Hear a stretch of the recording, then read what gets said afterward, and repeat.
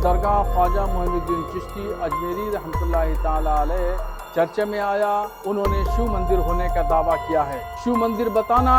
अजमेर शरीफ की दरगाह के भूतल में एक तहखाना बना हुआ है। ये वही तहखाना है जिसके अंदर ख्वाजा मोइनुद्दीन चिश्ती को दफनाया गया था। इसी तहखाने की दीवार पर भगवान शिव जी की प्रतिमा अंकित है, जिस पर एक ब्राह्मण परिवार रोजाना चंदन लगाकर पूजा अर्चना करता है और ये पूजा दरगाह कमेटी की देखरेख में होती है। ऐसा हम नहीं बल्कि आज से लगभग 113 साल पहले यानी 1911 में लिखे किताब अजमेर हिस्टोरिकल एंड डिस्क्रिप्टिव में दीवान बहादुर हरि बिलास सारदा, जो उस वक्त के हाईकोर्ट के जज थे, उन्होंने लिखा है। लेकिन क्या ये सच है? क्या सच में दरगाह के नीचे शिवलिंग है? क्या ज्ञान वापी के बाद अब अजमेर शरीफ की दरगाह का भी सर्वे होगा? क्या कहना है मुस्लिम पक्ष का हिंदू पक्ष की याचिका पर? ऐसे कौन से सबूत हैं कि कोर्ट ने भी ये याचिका स्वीकार कर ली है? किन किन मंत्रालयों से कोर्ट ने जवाब मांगा है? क्या है अजमेर शरीफ दरगाह को लेकर पूरा मामला और आगे क्या क्या होने वाला है? क्या कहता है अजमेर दरगाह को लेकर हमारा इतिहास? क्या सच में वहां हिंदू मंदिर या शिवलिंग हो सकता है? चलिए जानने की कोशिश करते हैं। दोस्तों, अजमेर शरीफ दरगाह भारत के राजस्थान में तारागढ़ पहाड़ियों की ढलान पर मौजूद एक ऐतिहासिक दरगाह है, जहां देश के प्रधानमंत्री नरेंद्र मोदी से लेकर बड़े बड़े सेलिब्रिटी चादर चढ़ाने के लिए जाते हैं। इस साल प्रधानमंत्री मोदी के 74वें जन्मदिन पर न सिर्फ दरगाह में चादर चढ़ाई गई बल्कि 4000 किलोग्राम शाकाहारी भोजन का लंगर भी लगाया गया। इस दरगाह के साथ दुनिया भर के हिंदू मुस्लिम की आस्था जुड़ी हुई है। यहाँ हर रोज लाखों लोग इबादत करने पहुंचते हैं, जिनमें बड़ी संख्या में हिंदू भी होते हैं। लेकिन अब इस दरगाह से जुड़ा एक ऐसा विवाद गर्मा गया है जिसने हिंदुओं को भी सोचने पर मजबूर कर दिया है कि क्या सच में ऐसा है? दरअसल दरगाह के तहखाने में शिवलिंग होने का दावा किया जा रहा है। जी हाँ, पहले अयोध्या, फिर ज्ञान वापी और अब राजस्थान की अजमेर शरीफ दरगाह को लेकर हिंदू पक्ष ने दावा किया है कि मस्जिद का निर्माण एक मंदिर को तोड़कर किया गया है। मस्जिद के तहखाने में आज भी एक शिवलिंग मौजूद है, लेकिन इसमें कितनी सच्चाई है, इसके लिए हमें कहानी को शुरू से थोड़ा डीपली समझना होगा। लेकिन उससे पहले वीडियो को लाइक, शेयर और चैनल को सब्सक्राइब कर दीजिए। दरअसल ये पूरा मामला शुरू होता है अजमेर के एक सिविल कोर्ट से। कोर्ट में 25 सितंबर 2024 को एक याचिका दायर की गई, जिसमें हिंदू सेना के अध्यक्ष विष्णु गुप्ता ने यह दावा किया कि अजमेर शरीफ मस्जिद का निर्माण एक हिंदू मंदिर को तोड़कर हुआ है। हिंदू पक्ष ने याचिका में 3 दावे किए। पहला, मस्जिद के दरवाजे की शैली और बनावट बिल्कुल हिंदू मंदिरों के दरवाजे और स्तंभों के जैसी है। दूसरी, मस्जिद में आज भी हिंदू शैली के चिन्ह और अवशेष मौजूद हैं। और तीसरा, तहखाने में प्राचीन शिवलिंग हो सकता है। इसके लिए कई सबूत पेश किए गए, जिनमें सबसे जरूरी सबूत है ये किताब Ajmer historical and descriptive.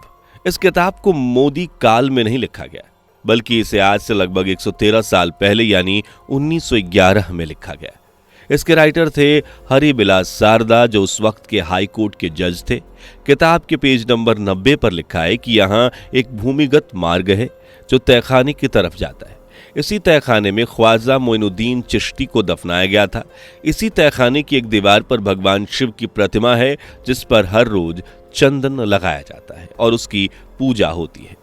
Shiv जी की पूजा रोज एक ब्राह्मण परिवार करता है, जिसे घड़ियाली कहा जाता है। और खास बात यह है कि यह पूजा दरगाह कमेटी की देखरेख में होती है।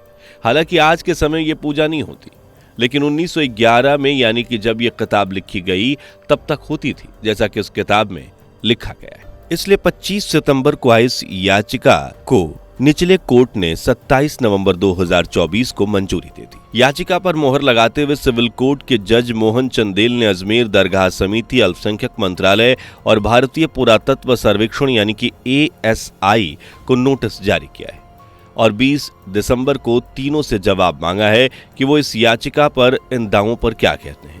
हालांकि मुस्लिम पक्ष इस याचिका को और इन सबूतों को बेबुनियाद बता रहा है। वहीं अपोजिशन पार्टी के नेता भी इस मामले में कोर्ट पर सवाल उठा रहे हैं।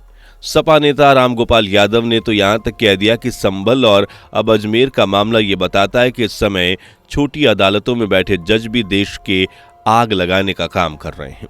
इस तरह के जजेस भी, छोटे छोटे जजेस बैठे हुए हैं जो इस देश में आग लगवाना चाहते हैं। कोई मतलब नहीं है। अजमेर शरीफ पर हमारे प्रधानमंत्री स्वयं चद्दर भिजवाते हैं, सारे देश के लोग, दुनिया भर के लोग आते हैं। अब उसको विवादों में डालना बहुत ही घृणित और ओछी मानसिकता का, और ये यही नहीं, ये सत्ता में बने रहने के लिए बीजेपी समर्थित लोग कुछ भी कर सकते हैं। यानी रामगोपाल यादव की माने तो ये सभी बीजेपी में बैठे लोगों ने किया है जो सत्ता में बने रहने के लिए कुछ भी कर सकते हैं।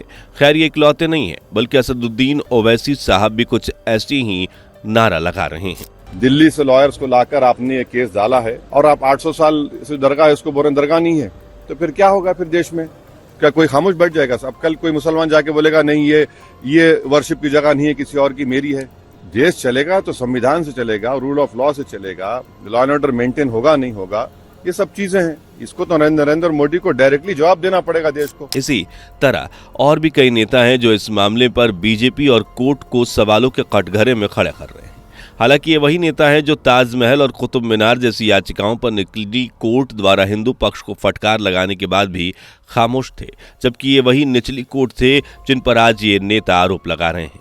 खैर ये पूरा विवाद सही है या नहीं, ये समझने के लिए हमें इन नेताओं के बयानों की नहीं बल्कि इतिहास को देखने की जरूरत। दरअसल 6वीं शताब्दी में चौहान साम्राज्य की शुरुआत आज के इसी अजमेर शहर से हुई थी।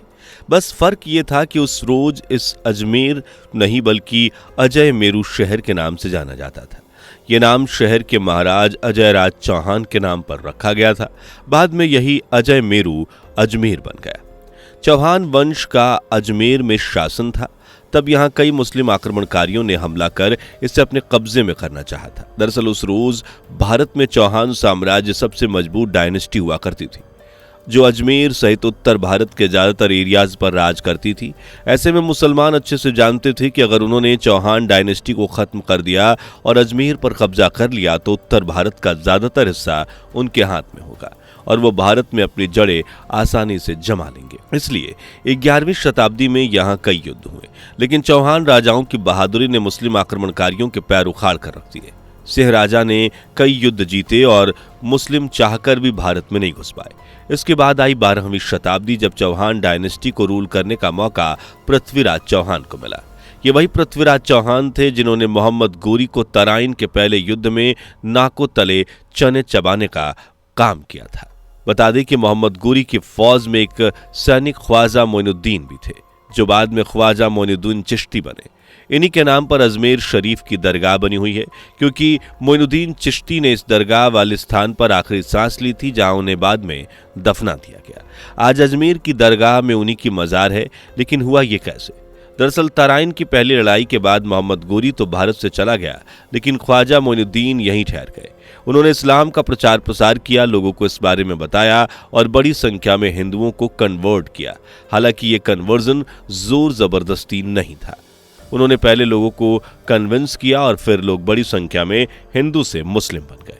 ख्वाजा मोइनुद्दीन चिश्ती ने अपना पूरा जीवन एक फकीर की तरह गुजारा था। चिश्ती असल में सूफी संत होते हैं जो स्वभाव से बहुत नर्म होते हैं। वो कट्टरपंथ में बिल्कुल विश्वास नहीं करते और ख्वाजा मोइनुद्दीन चिश्ती भी ऐसे ही थे।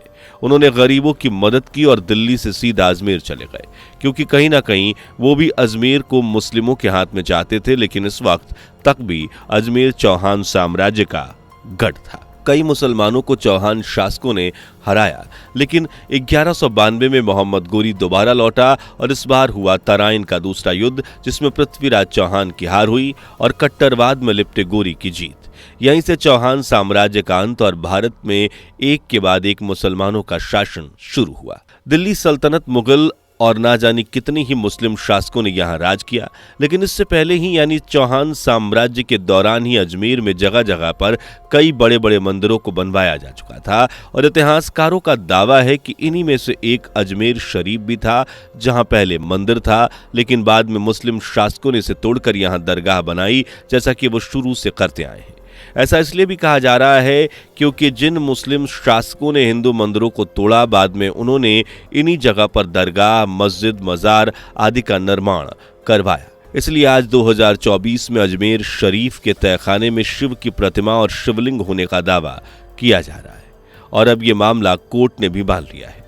हालांकि तीनों मंत्रालय इस मामले पर क्या रिएक्शन देंगे और क्या आगे भी कोई दंगा होने वाला है, ये तो आने वाला वक्त ही बताएगा। फिलहाल आपकी इस पूरे मामले पर क्या राय है, हमें कमेंट में बताइए। वीडियो पसंद आई हो तो लाइक शेयर कीजिए और चैनल से पहली बार जुड़े हैं तो सब्सक्राइब करके बेल आइकन को प्रेस कर लीजिएगा। दोस्तों, आपको स्क्रीन पर 2 और वीडियोस दिखाई दे रही हैं, जिसे देखने के लिए स्क्रीन पर क्लिक करें।